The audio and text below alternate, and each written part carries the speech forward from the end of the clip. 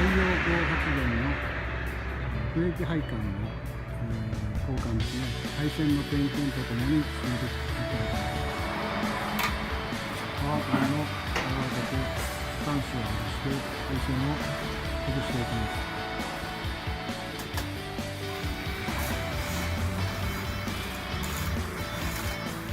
外したブレーキ配管ですが、経年劣化でもうすでにボロボロになっていますね。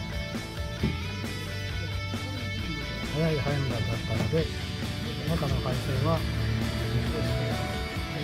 劣化してボロボロになったブレーキ配管を外した状態ですね。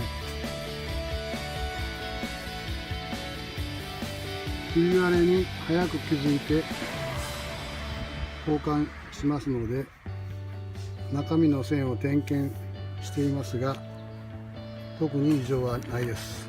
新しいブレーキ配管に通線していきます。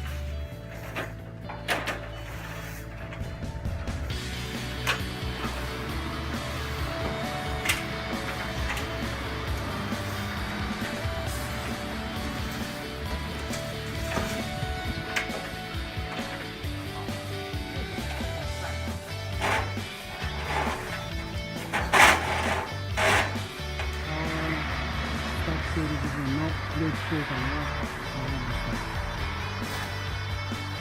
引き続き下の方の配管を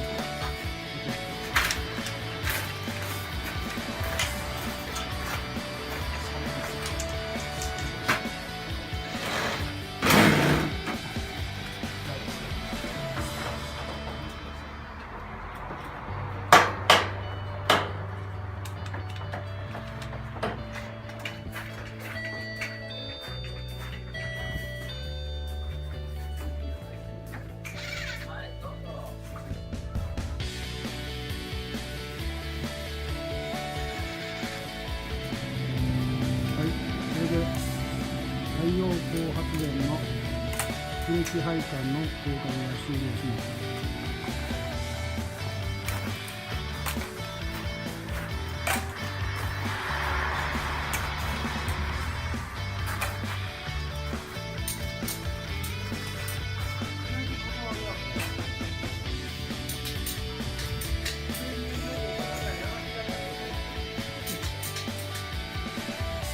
はい、接続終了しました。すでに発電しています。はい、お疲れ様でした。